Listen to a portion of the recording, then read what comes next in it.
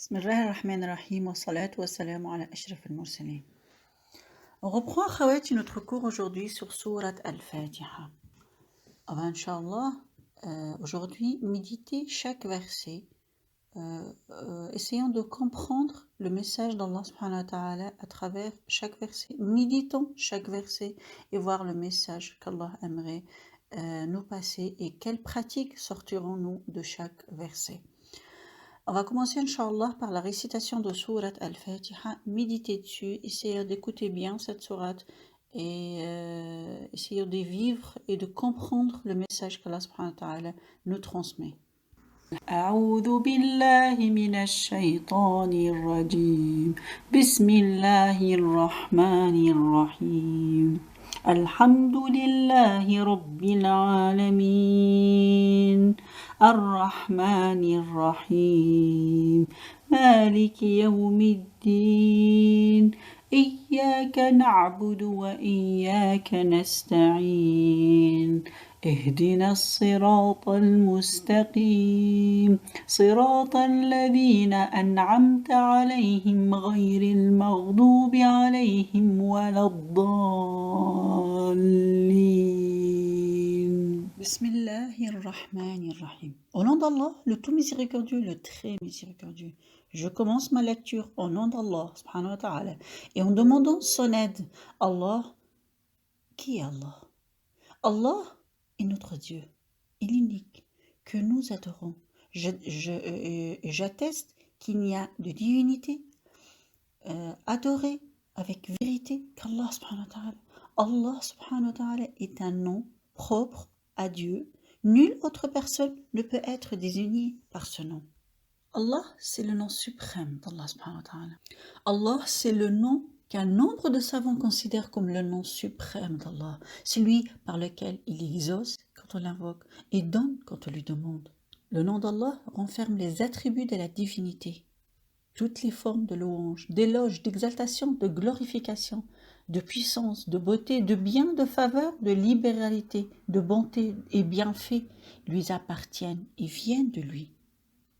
Tout le monde est soumis à sa grandeur, asservi à sa volonté et à son désir, et assujetti à sa puissance et à son immuabilité. Donc moi, quand je dis Bismillah, je dois croire avec ma forte croyance, avec ma foi, à toute cette grandeur et suprématie d'Allah subhanahu wa ta'ala, au nom d'Allah. Ar-Rahman et Ar-Rahim, ce sont deux attributs d'Allah subhanahu wa ta'ala qui expriment la miséricorde. Ça exprime Ar-Rahman. C'est quoi Ar-Rahman? Ar-Rahman, c'est-à-dire que sa miséricorde, elle englobe toutes les créatures, tout le monde, mécréants, croyants, tous, ils ont la miséricorde d'Allah subhanahu wa ta'ala. Ar-Rahim, par contre, cette miséricorde, elle est spécifique aux croyants. Elle est que pour les mu'minines, les croyants. Et on va revenir après, Inch'Allah, dans le troisième verset, comment elle est Ar-Rahman Ar-Rahim. On va le méditer plus tard, Inch'Allah. Akhwati, maintenant, on aimerait comprendre, on aimerait poser une question. Quelle est la signification du mot Bismillah? Que toi tu dis Bismillah, au nom d'Allah, que demandes-tu? Ça signifie quoi? Akhwati, Bismillah, c'est une aide à la personne dans tout ce qu'elle entreprend de faire. C'est une protection contre le mal de Shaitan et de ses insufflations. C'est le fait de dire Bismillah avant de manger, avant de boire, avant de faire des ablutions, avant d'entrer et de sortir de la maison, éloigner tous les maléfices du Shaitan. Maintenant qu'on a su ce que c'est Bismillah ar-Rahman ar-Rahim, quel acte peut-on tirer nous de ce verset? Bismillah ar-Rahman ar-Rahim. Comment ça peut changer ma vie? Comment je dois pratiquer Bismillah ar-Rahman ar-Rahim? Il faut savoir, il faut se rappeler tous les jours de commencer et d'entreprendre tout ce qu'on entreprend par Bismillah ar-Rahman ar-Rahim. Je dois le pratiquer. Je dois me lever avec Bismillah, sortir de la maison avec Bismillah, rentrer aux toilettes avec Bismillah, aller faire mes ablutions avec Bismillah. Tout ce que j'entreprends, manger, boire, c'est avec Bismillah. Je dois la pratiquer. Ainsi, Khawati, je dois apprendre l'importance de ce bismillah. Je dois apprendre ça à mes enfants, aux gens qui m'entourent, ceux que j'aime. Je dois leur rappeler qu'il faut dire bismillah à chaque chose qu'on entreprend. Khawati, il faut savoir aussi, on doit avoir la certitude qu'Allah subhanahu wa ta'ala est miséricordieux. Ne jamais. Donc, il est miséricordieux envers nous avec Bismillah ar-Rahman ar-Rahim. On va voir la miséricorde, c'est quoi après, Inch'Allah, dans le 3e verset. Il ne faut jamais oublier Bismillah ar-Rahman ar-Rahim. Ta pratique envers ce verset, c'est que tu dois pratiquer ce verset, ce Bismillah ar-Rahman ar-Rahim, dans tout ce que tu entreprends. Ça devient une pratique, une habitude. Bismillah ar-Rahman ar-Rahim. En croyant à ce nom, qu'on demande secours, qu'on demande l'aide, on demande protection contre le shaitan. Allah ar-Rahman ar-Rahim. Tous ces attributs, il faut méditer dessus. On passe au 2e verset, Habibati. Alhamdulillahi Rabbil Alamin. Louange à Allah, Seigneur de l'univers. Louange à Allah. Allah Azza wa Jal, avec ses noms et attributs qui décrivent sa perfection ainsi que ses bienfaits visibles et invisibles dans les 2 vies, ici-bas et dans l'au-delà. Si l'on médite bien là-dessus, on remarque qu'Allah subhanahu wa ta'ala ordonne à ses adorateurs de lui faire les louanges, et ceci parce qu'il est leur créateur. Il est le créateur de tous les humains. Il est celui qui s'occupe de leurs préoccupations. Il est leur éducateur. Il les couvre de bienfaits et couvre ses rapprochés parmi les croyants par la foi et les bonnes actions. Rabbil Alamin, pour te rappeler qu'il est Ar-Rabb, le Seigneur. Ce nom embrasse dans ses significations tous les autres beaux noms et éminents attributs d'Allah subhanahu wa ta'ala.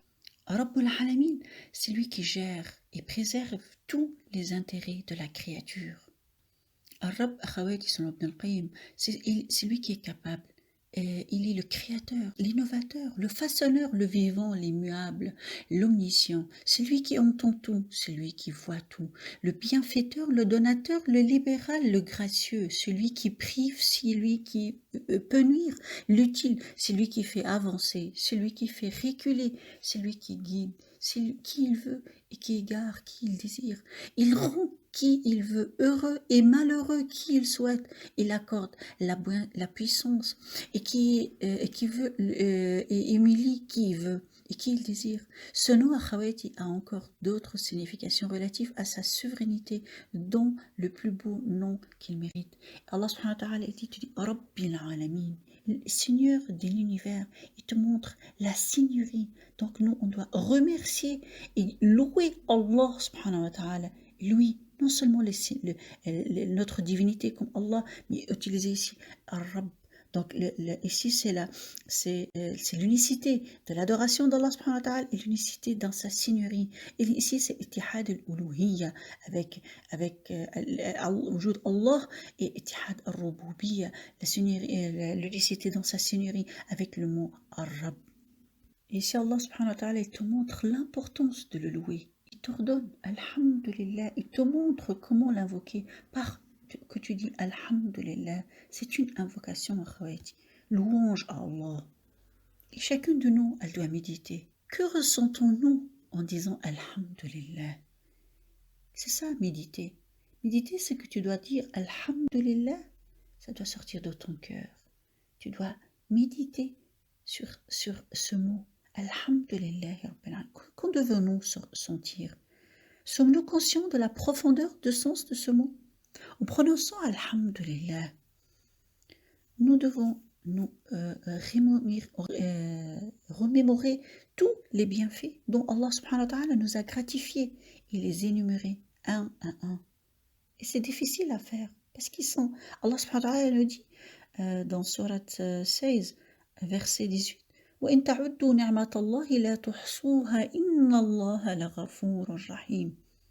Et si vous comptez les bienfaits d'Allah subhanahu wa ta'ala, vous ne saurez pas les dénombrer, car Allah est pardonneur et miséricordieux. Vous savez, méditons sur les bienfaits d'Allah. Ils sont à l'infini. Passons-nous au verset prochain. Ar-Rahman ar-Rahim, le tout miséricordieux, le très miséricordieux. Ce sont 2 noms divin d'Allah subhanahu wa ta'ala, qu'Allah subhanahu wa ta'ala a choisi de nous faire répéter obligatoirement jour et nuit pour nous dire que sa clémence est infinie et que le lien qui nous unit à lui est celui de l'amour et de la compassion. Allah te rappelle dans chaque prière sa clémence. Tu répètes ça plus que 17 fois par jour. Ar-Rahman Ar-Rahim. Le tout miséricordieux, le très miséricordieux. Sa miséricorde embrasse tout et elle est à la source de toute la compassion qui existe en ce monde. Il faut savoir, akhawati, que la miséricorde d'Allah subhanahu wa ta'ala entraîne la générosité, le respect, la tolérance et le pardon. Des qualités que doit cultiver le musulman tout au long de sa vie. La miséricorde d'Allah est cette qualité qui englobe la douceur, la piété, l'attention, la considération, l'amour et le pardon. La miséricorde d'Allah est la source de toute la bonté, la gentillesse et la piété que nous trouvons dans notre monde. Alors méditons akhawati sur ce verset. Il faut savoir akhawati que il y a une différence entre les types de la miséricorde d'Allah subhanahu wa ta'ala. Comment ça? Il faut savoir que Ar-Rahman, dans la miséricorde d'Allah, subhanahu wa ta'ala, elle est sur ses créatures. Elle est de deux types. La première, elle est globale. La deuxième, elle est spécifique. Globale pour toutes les créatures. Ar-Rahman. Elle est spécifique pour les croyants. Il est Rahim. Elle est globale et Allah subhanahu wa ta'ala nous dit: Seigneur, tu étends sur toute chose ta miséricorde et ta science. Rabbana wasi'ta kulla shay'in rahmatan wa ilma. Allah subhanahu wa ta'ala dans le verset 40, dans la sourate 40, verset 7, il nous dit: Rabbana wasi'ta kulla shay'in rahmatan wa ilma. Ça, c'est quand elle est globale, la rahma d'Allah subhanahu wa ta'ala. Mais elle est spécifique comme ça. Elle est spécifique. Il est Rahim pour les croyants. Pour les croyants avec la foi et les bonnes actions. هو الذي يصلي عليكم وملائكته ليخرجكم من الظلمات إلى النور وكان بالمؤمنين رحيما. C'est lui qui prie sur vous, ainsi que ses anges, afin qu'il vous fasse sortir des ténèbres à la lumière. Il est miséricordieux envers les croyants. Sourate 33, verset 43. Alors nous, en tant que croyantes, on doit croire en sa miséricorde, on doit la sentir, on doit la vivre, et espérons qu'on soit parmi ceux qu'Allah il a dit, donc qu'on soit parmi les croyants. Donc pour les croyants avec la foi et les bonnes actions, est-ce qu'on est parmi eux? Une question qu'on doit se poser. Est-ce que nous, on est parmi les croyantes qui ont la foi et qui ont la bonne action? Méditons dessus. On passe maintenant, Inch'Allah, au verset prochain. Maliki Yawmiddin, roi du jour de la rétribution. Le roi du jour de la rétribution, ce jour-là, Allah subhanahu wa ta'ala est le seul roi. Allah subhanahu wa ta'ala dit ce jour-là: Ayna mulukul ard. Où sont les rois de la terre, dira-t-il dans un hadith Qudusi Khawati. Tous les royaumes terrestres, ils vont disparaître ce jour-là, le jour de la rétribution. Il restera que celui d'Allah, la royauté d'Allah subhanahu wa ta'ala. D'où les ordres qu'il nous donne de faire le bien et nous éloigner du mal. Il dit Allah subhanahu wa ta'ala également, في سورة غافر verset 16: يوم هم بارزون لا يخفى على الله منهم شيء لمن الملك اليوم لله الواحد القهار. Le jour où ils comparaîtront sans que rien en eux ne soit caché à Allah. À qui appartient la royauté aujourd'hui? Allah, l'unique, le dominateur. Il n'y aura plus de roi ce jour-là. La royauté, elle est à Allah, unique. Ce qu'on doit se poser aussi, akhawati, la question ici, qu'Allah subhanahu wa ta'ala, le verset qui précède, Ar-Rahman Ar-Rahim. Après, on a Maliki Yawmiddin. Quelle méthode d'éducation pouvons-nous tirer du fait d'avoir mis Ar-Rahman Ar-Rahim avant Maliki Yawmiddin? Quelle méthode ici, Allah subhanahu wa ta'ala? C'est quoi le lien entre ces deux versets? C'est une méthode d'éducation Quel message aimerait Allah subhanahu wa ta'ala nous passer ici? Méditons dessus. Akhawati ici, c'est une méthode de la récompense et du châtiment. Comment ça? Et on a utilisé cette méthode essentiellement en faisant le rappel. Allah subhanahu wa ta'ala ici, il t'apprend comment faire le rappel, faire ad-da'wa. Il est toujours préférable de devancer la récompense, on appelle ça targhib, sur le châtiment qui est targhib, sauf en cas de besoin. Donc le prophète Allah subhanahu wa ta'ala nous dit dans le hadith Qudsi, Inna rahmati sabaqat ghadabi, ma miséricorde devance ma colère. Donc Allah subhanahu wa ta'ala, il a devancé ar-rahma, la miséricorde, la compassion, l'amour, il l'a devancé. Après, ça a devancé Maliki Yawmiddin, le jour de la rétribution, pour nous rappeler, nous dire que le Seigneur, c'est lui l'éducateur. Il nous éduque. Al-Qur'an, akhawati, nous éduque ici. Comment devons-nous être compatients, gentils, en faisant da'wa. Donc Allah subhanahu wa ta'ala, il a devancé Ar-Rahman, Rahim, sa miséricorde, elle a devancé, elle a devancé Maliki Yawmiddin, te rappeler qu'il y aura un jour où tu vas te juger, où il y aura le châtiment et la récompense. Donc Ar-Rahman, elle a devancé la colère d'Allah subhanahu wa ta'ala. La question que devons-nous poser maintenant, quel acte peut-on tirer de cette méthode éducative? Nous devons être tendres et affectueux pendant que tu fais le rappel et toujours commencer par parler des récompenses avant le châtiment. Ainsi, akhawati, quel est d'après vous l'intérêt d'avoir associé spécialement le mot roi au jour de la rétribution? Quel est l'intérêt ici? Vous savez quoi, akhawati? Parce qu'Allah subhanahu wa ta'ala, ce jour-là, les gens se rendront compte que la justice d'Allah subhanahu wa ta'ala et qu'il n'y aura plus de roi parmi les créatures, puisque ce jour-là, nous serons tous égaux, rois, esclaves, patrons, employés, etc. Allah subhanahu wa ta'ala nous dit ce jour-là, Al-mulku yawma'idin al-haqqu lir-Rahman. Ce jour-là, la vraie royauté appartient au tout miséricordieux et ce sera un jour difficile aux infidèles. Dans sourate 25, Al-Furqan, verset 26, akhawati, Allah subhanahu wa ta'ala, le prophète sallam nous dit dans un hadith que le jour du jugement, Allah saisira la terre dans sa main et pliera le ciel de sa main droite. Puis il dira, je suis le roi, où sont les rois de la terre? Méditez donc, akhawati, sur Maliki Yawmiddin, roi du jour de la rétribution. On s'arrête, akhawati, à ce verset. هذا والله أعلم وصلي وسلم وبارك على نبينا محمد.